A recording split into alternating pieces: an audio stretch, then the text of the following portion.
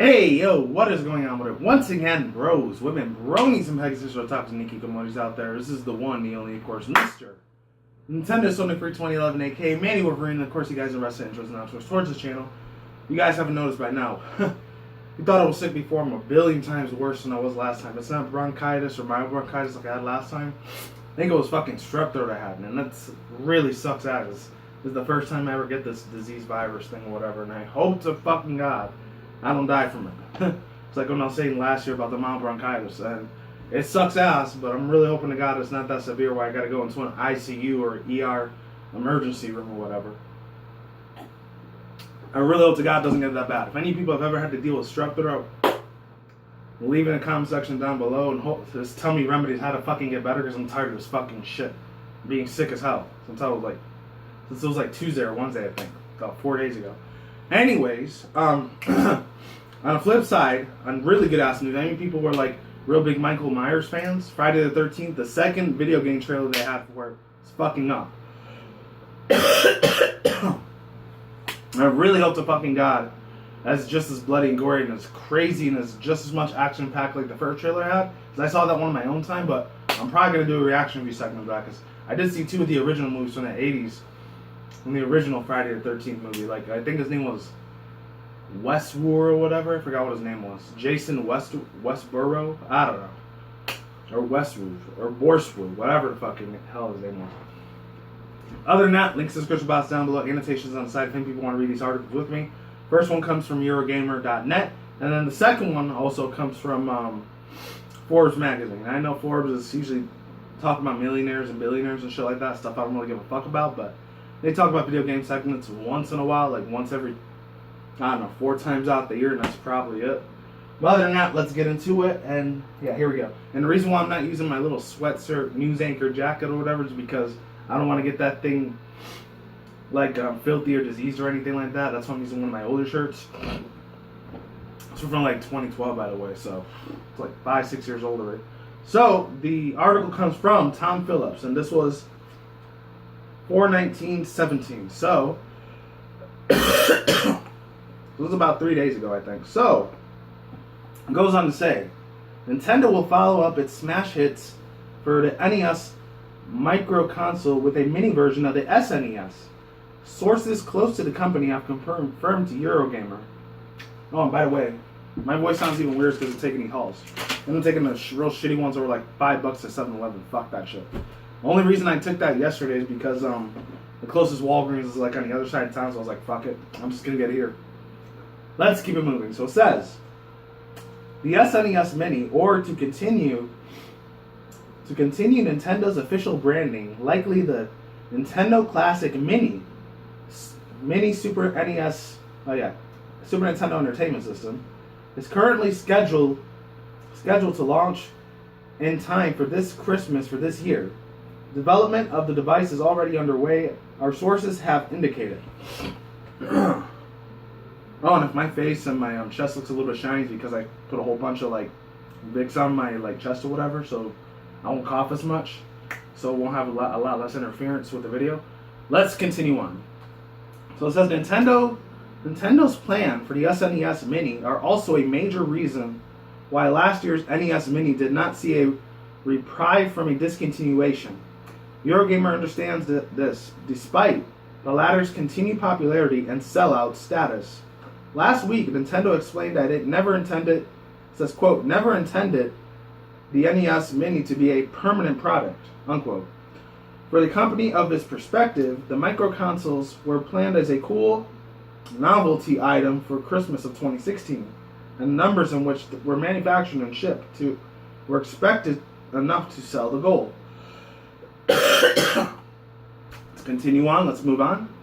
But the NES Mini ended up breaking out to become one of the more popular than anticipated and quickly sold out tremendously.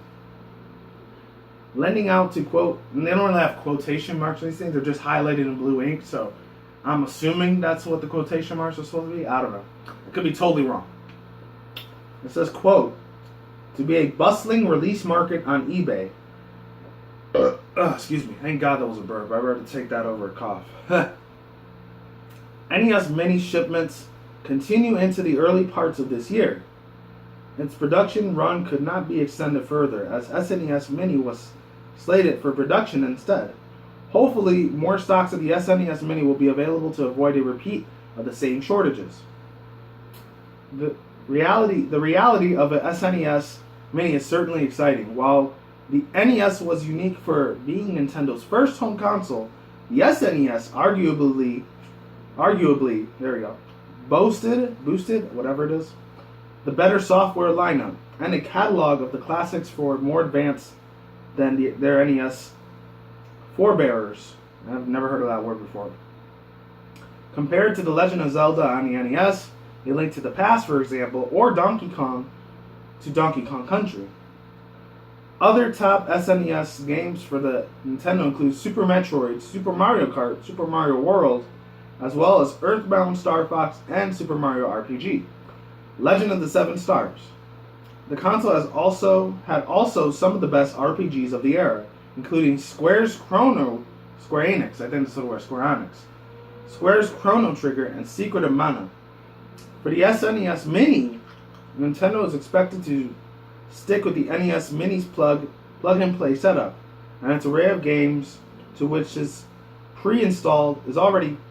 comes pre-installed, there we go, and is ready to play. And that's it. Let me get my drink on really quick before I keep reading the other one from Forbes magazine. Okay, so let's get on to Forbes.com. I gotta wait for like a 30-second fucking commercial if I want to read that one. So, oh, this was yesterday. Okay, this was a lot more recent. It wasn't 3 days ago. It was just one day. Okay. April 20th. It's the 21st as I'm doing this on a Friday.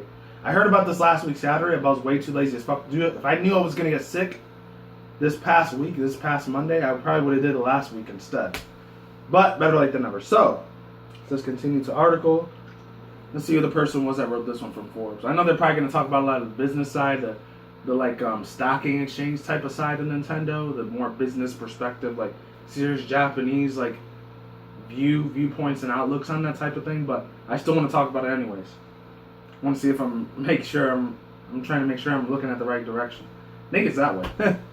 It's how bad as fuck my eyes are right now. It's not good. So this one comes from, let's see, #gaming sales by Paul Tessie. Nintendo could, this is the title for it. Links in the description box down below. Annotation outside if you want to read the article with me. Here we go. So it says Nintendo could double the prices of an SNES Classic Edition and no one would blink. It said this week, the gaming world has been buzzing with a rumor that Nintendo is not only replacing the NES Classic Edition with an SNES Classic Edition, but that it might be here as soon as this holiday season.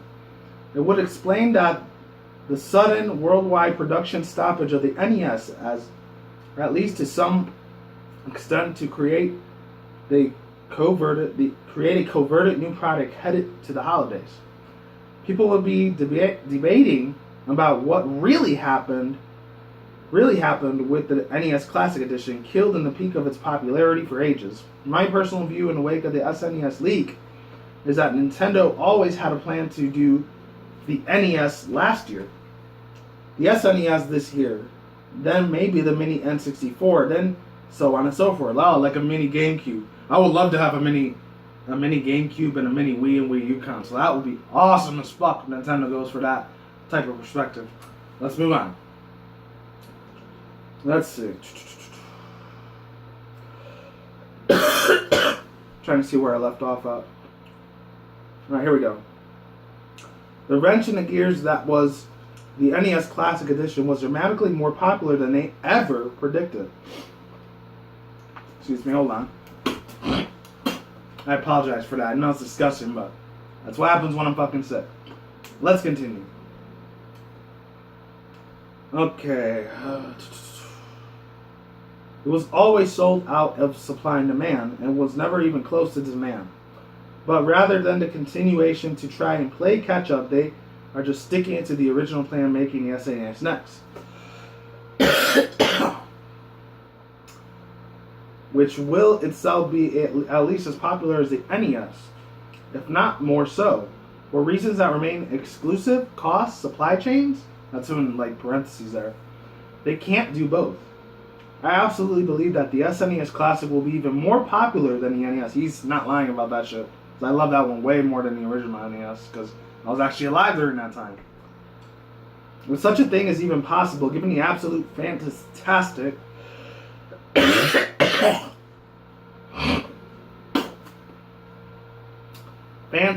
let's see,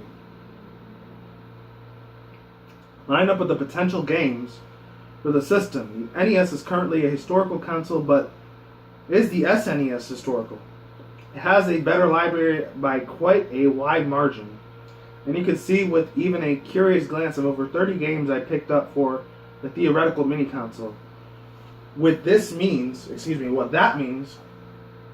for the Nintendo is that if they were smart, there would be an ideal time for a price hike. They would be insane not to have one, in my own personal estimation.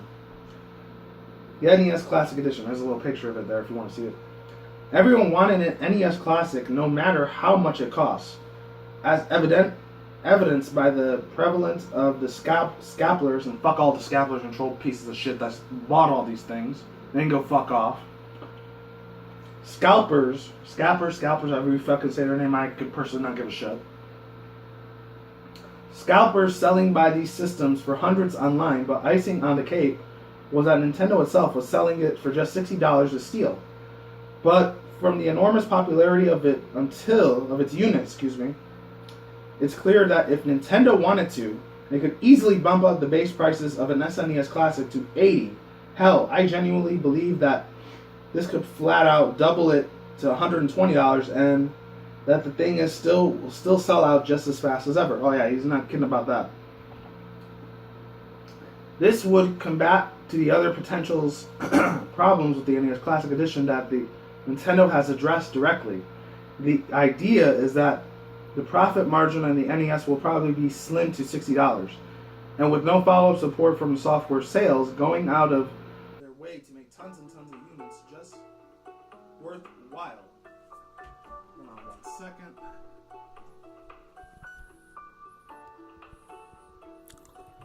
Alright, I got a super important call. I'll see you guys in part 2. See you in 1 second.